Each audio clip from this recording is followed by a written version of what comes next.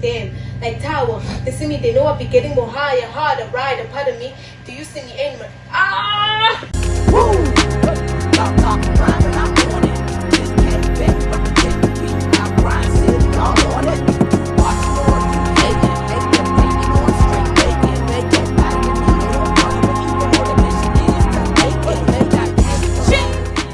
From Cape Town to Pittsburgh, the airwaves unite, bridging the distance, igniting the light. A table of voices, a world to explore. Doc 96 is here, let's open the door. Thoughts collide, hearts ignite, a space for truth in the day or the night. Change makers, dreamers, the stories unfold. Every voice matter, every story's a key to unlock the world's possibilities. At the round table we'll rise and connect with on the streets. Ladies and gentlemen, viewers and listeners, welcome to the round table on W Ground Radio in partnership with Green Zone Multimedia. The one speaking, I'm Doc 96. I'm your host. We are live from Milnerton, Cape Town in South Africa. So on the round table is where we dive deep into the stories, journeys and inspirations behind some of the most talented individuals in the industry, in our communities. So namhlanje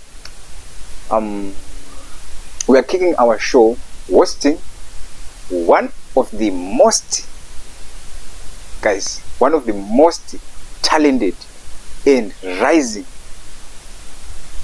artists hailing from the streets of Khayelitsha.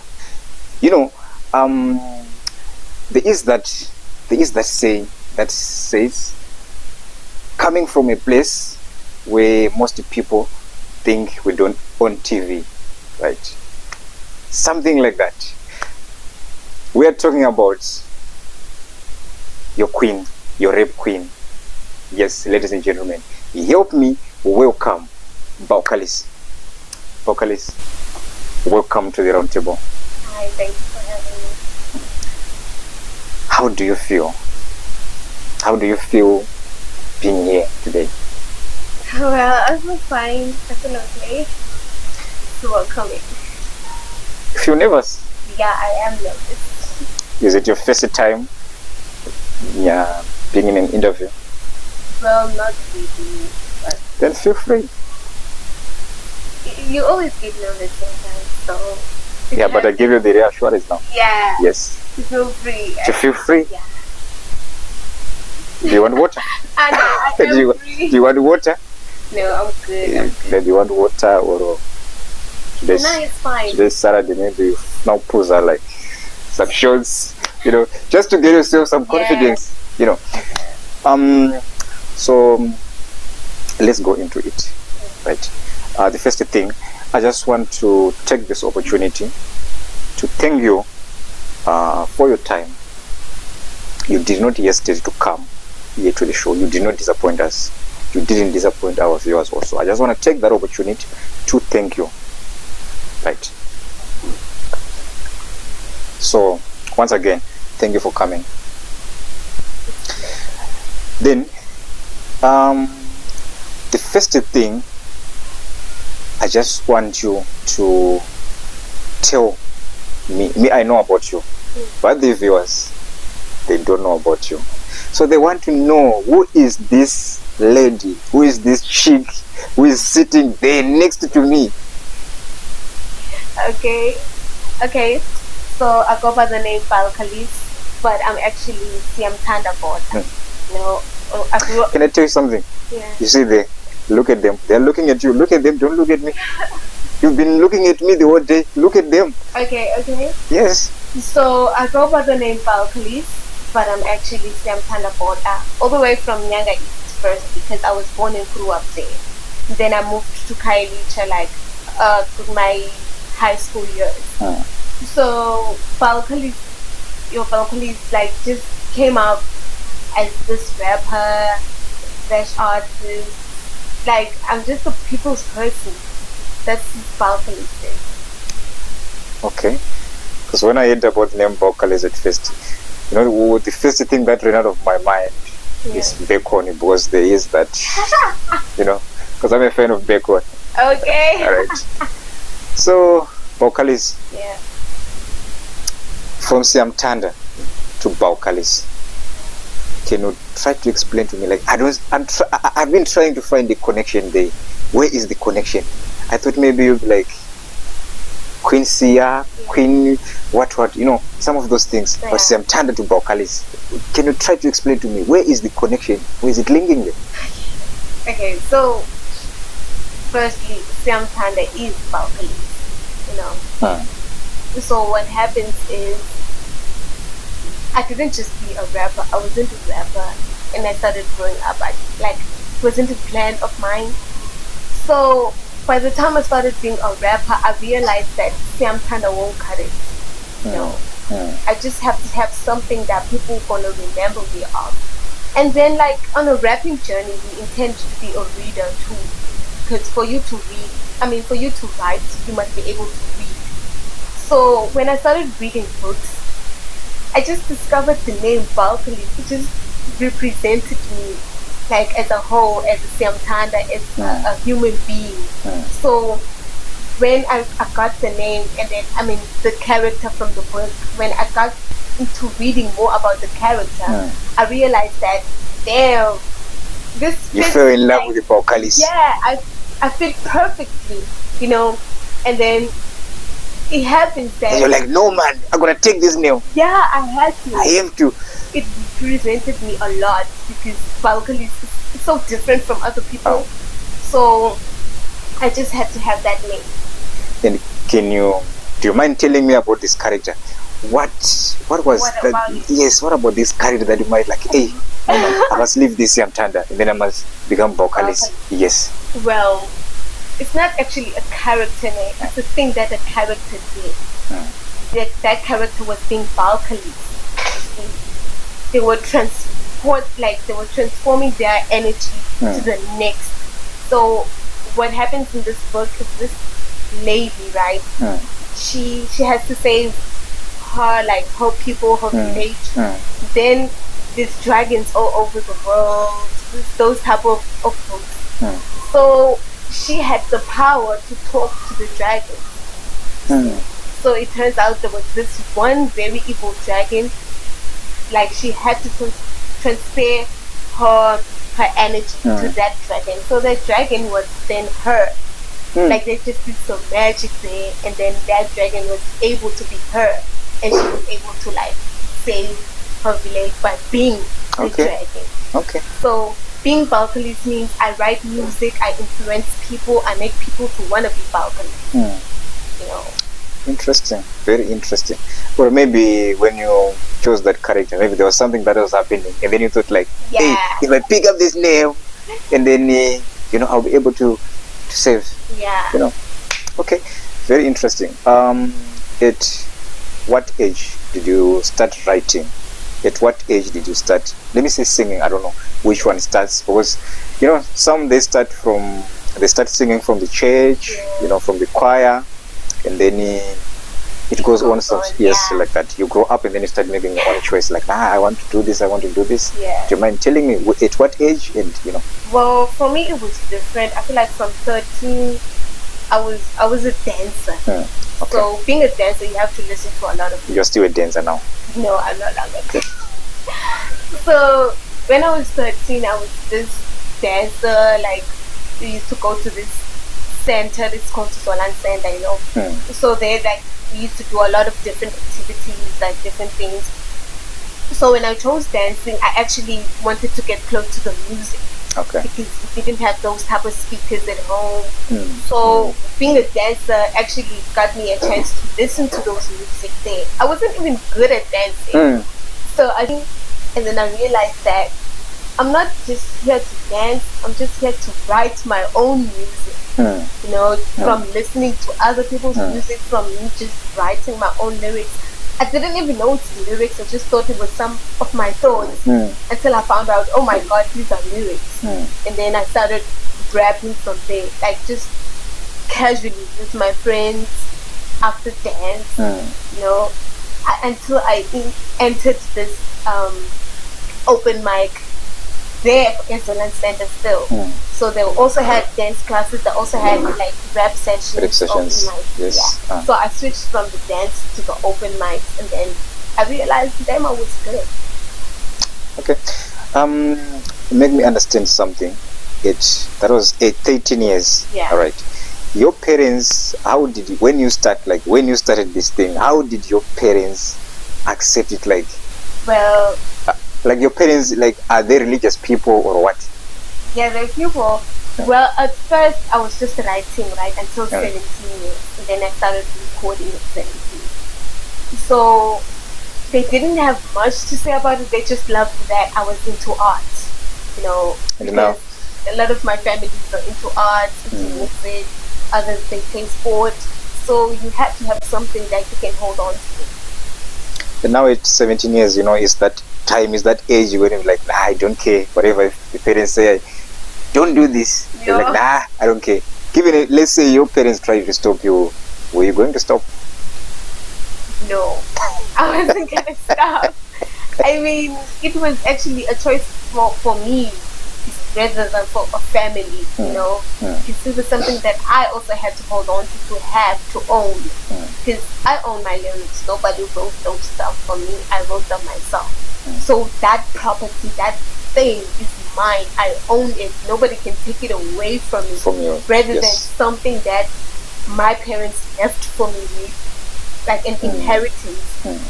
That can be taken away by anybody anytime. There could be a sibling saying, no, I also have a stake on this inheritance. Then they take it. But with my lyrics, with my voice, no one can take that. Because now you're on it. You're building your empire. Yeah, and that's now my empire.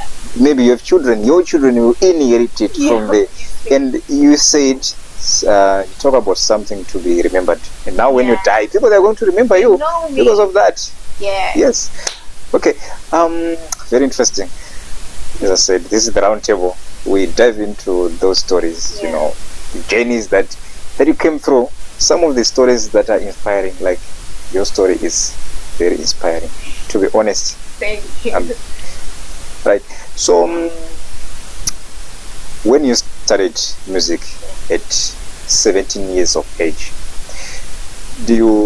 I just want you to tell me, what were the challenges that you faced? Like, let me just be clear on that. So you see these days what is happening now with these so-called recording studios, what they tend to take advantage of women, like sleep with me, then I can record your music, do this, I can do this, I can do this, I can do this. So when I'm asking, like, what are the challenges that you faced, I just want you to tell me everything. Yeah. No, I can't say I've had challenges like that. See, because it's mostly sometimes a bit of misunderstanding, and then I just set the record straight, you know. So it's never been a challenge for me, because I know it happens to a lot of people. So I can't call it a challenge, I just call it a factor where it also just had to happen to me. But it happened to you? No, not entirely. It's just that, like, no, I'm not saying you sleep with someone or what, but I'm like, maybe there is someone who was like, wanted to. Yes. That's why I'm saying it's not entirely. That person didn't just want to sleep with me. They just actually wanted a relationship, be more like grow together and stuff like that. You know, it was just a natural thing that happened to that person. And unfortunately, I didn't feel the same. So we had to cut ties. Business also had to be involved, because we won't be able to work in an environment like that, where it's not mutual feelings, you know. So I won't say it actually was a factor or like a challenge. It just had to be something that I deal with at that moment. So, viewers, you can hear from yourself. As I said, we don't talk about the journeys, or we also learn from there. So I just wanted to clarify when you said business is business, because I wanted to tell you there is a young Balcalis, there is someone who is looking forward to it. Because as you're standing in there, you're an inspiration to someone, right? So I just want you to just, if you can tell them why you didn't do this, why you didn't get into a relationship with the guy. Because the guy, he had a studio, the guy had money to promote your music. Come, let's be in a relationship, then I can help you push you. Why you didn't do it? Just you're not telling me. Now you're telling the young Balcalis who is looking forward to you. Well, you don't have to do anything you don't want to do. I mean, if I wanted to be in a relationship and benefit from it at that moment, I would have done it. Maybe there's a young Balcalis who's like, I would do it. You do it. Or there's a Balcalis who's doing it. Yeah, or there's a Balcalis who's doing it. They should do it because it's going to benefit them at the end of the day. Now, my advice is just do what makes you sleep at night. If this is going to work for you, do it. That's all I can advise you.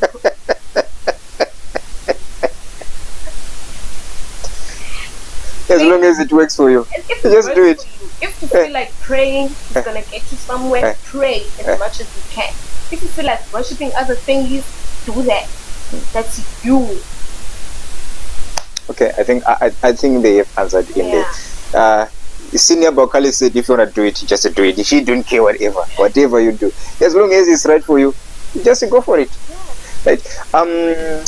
To my next question, can you tell me about your first song? When you recorded your first song?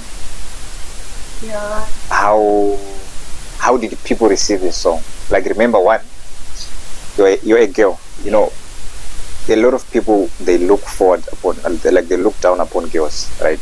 In our communities, girls, they are not seen as something that exists. People, they see you like as trash, right? Now, that's a challenge already itself. You are going into a recording studio, and most of this, 90% of this of people who record in these studios, they are male, right? And you are one of the girls who are recording in there, so you already have a challenge, right? Then in the second challenge, right, how did people receive your music? And how did they support you, including some of the male artists? Well, the first song I did, actually the first song I did was a feature, featuring like 2 male artists, and I was the only female artist.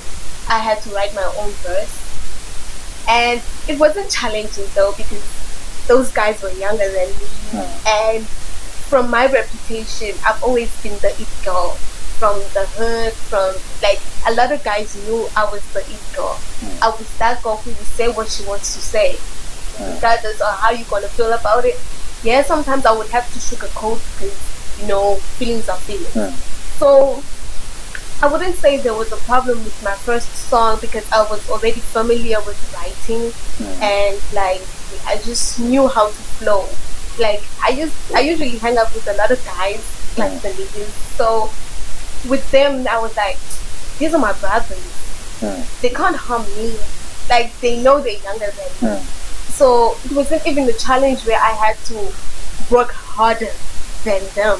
It was them who had to work harder than me. Even though I'm still new in this industry and stuff. But were they supporting you? Were they doing it from their heart, or they were just doing it just because they know Balcalis is good in writing? Balcalis, she can write. We know, like, if you're good in writing, right? Because you can be good in writing, and then I can be good in singing, right? And then I will use your writings to push myself. But I wouldn't say, like, we were all good. Everybody had their uniqueness, and that's why we loved doing the feature together, because this one is different from the next, and it's a different type of song. Nobody is used to it. Like, it's all new to everyone's ears, So it felt, what would I say now? It wasn't a bad feeling. It was actually good doing a song with male artists rather than having female artists working with you. And the outcome was great because I I was the flower of the song. You didn't mess up the song. No. I thought you messed up the song because it's your first song. People, they always mess up their first songs. No, I even felt good about it because the recording studio was fun. We didn't have a problem where the other one didn't feel the song, didn't actually like the song. Everybody just vibed into the song. It was like a mutual feeling, artists working together. Yeah. Okay. Ladies and gentlemen, viewers, we're just going to take a break. As we come back, we're going to dive deeply into Balcalis stories.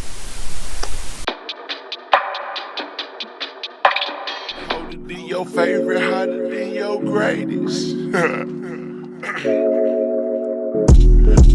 I'm colder than your favorite. They steady. Hotter than your favorite ladies. Cardi B, Rihanna, face it. That's a sexy statement. So Good evening, beauties. I am your hostess with the mostest, Simply Sheba. You know the slogan, I do what I want and not what I can. Thank you for joining me in a little game that we here at the Me and Ma Show like to call No. Hey everybody, it's Petra. What's up? I'm Key. I'm Jay Christian, and we are the Cognac Room Podcast, a drink-infused podcast about adulting and male and female interactions.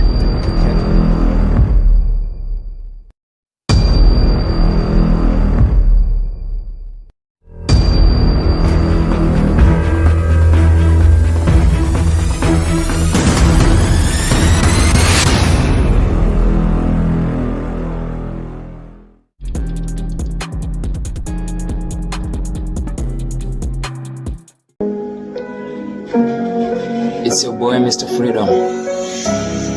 2024. Shout out to Team 053. Let's get it. I got skies that still has and so many things that I can't let go. Hobo shamajuice shanakapinda shiri illegal. They saw and did locked up blind sina kuita back off. If I didn't switch lanes, banga dainda kapasa take off. Busy working on my raps, loda kushika level kwa J-Cole. Malone sara my blessings, makagano na moya wa J-Cob. Banda kutindisa pegiriri nisatenge kana motorcycle. Kananda sangana na ako nongo wa grita museko. Cause the more they hate me, the more my father bless me. Telling me they love me, but they're planning to erase me. But still I treat my enemies like how I treat myself. And never treat my exes like how I treat Michelle. Ay, obo mabaza, swandova kwa chwa kuskumbari. Eragambo tambwa ndo ya kaita kuti switch tingwari. Saka ukabaizira inini kubanasi. Longo kulaita kunge stovu ye glasi. Ukanyanyo, kanza uchadzokera mdasti. Ukazvita simbi uchazochliwa nerasti. Zingori, shumba dzakapfeka mamaski. Vari kundipfeka nesmairi ya plastic.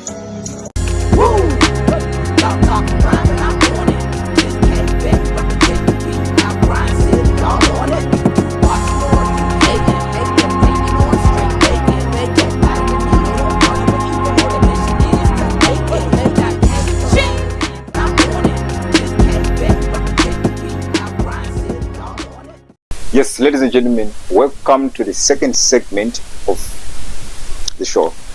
We are continuing with our queen of hip hop, our queen of rap, of course, Balcalis. So, Balcalis, we are continuing with our conversation, right? Can you please tell the viewers, tell the listeners, how was growing up in Kailija, growing up in Makaza? How did it shape your music? How was growing up? Growing up in Kailija, Makaza. Yes, because we all know Kailija. Yeah. It's not a secret. Kailija, does everything happens in there, right? Well, growing up there was actually easy for my music because a lot of people were into music, actually hip hop, especially the youth. So having to go to stages and performing actually started there in Kailija. So I started like performing with small events, like friends of friends events. Like if a friend of mine is having an event, I will pull up there and perform. Or if somebody I know has an event, I will actually perform there. A lot of my features are from Kailija. So making music from to Kailija is actually easy. Like Most of my artists, most of the artists that I know are there in They Kailicha. come from Kailicha. Yeah. So you're trying to say like maybe if you were in maybe Delft or if you were in Nyanga, maybe your music couldn't have reached that level where it is right now. Well, since I started rapping from Nyanga, you know, Yeah. I'd say, yeah, majority of my audience are there. But I'd say the ones who are consistent on making sure they follow me, they look at me, they tag me are from Kailicha. Yeah. Okay. I have another question for you. The question that I have for you. So these questions that I'm gonna ask you now, I had to write these questions down because I didn't want to forget them. So I had to write down, right? The question that I'm gonna ask you now: what is your creative process like when you're working on a new project? Like how I write my songs. Yes. Like what influences me. Yes. Maybe you smoke, maybe you drink, maybe you, I don't know. I just want to know. Well, either way, when I'm sober, when I'm high, either way it happens. If it just something comes up to my head and I feel like I should write it. If I have my phone with me or a pen and paper, I just write. I don't need a certain state of mind for writing or even recording. I can record sober, I can record high. I never recorded drunk because I don't know how that would sound. But my music journey is always simple. Like I feel like my music is just a simple strategy. If there was a beat, I have to write on a beat. Maybe somebody sends me a beat over the phone. If I click with that beat, I'm gonna write on it that moment. If I have to wait maybe a couple of days after listening to the beat, then I can write on it. It also happens like that. Just different type of beats, different type of energies, different type of methods. Sometimes maybe I write something that I've experienced. You know, maybe I write about We're gonna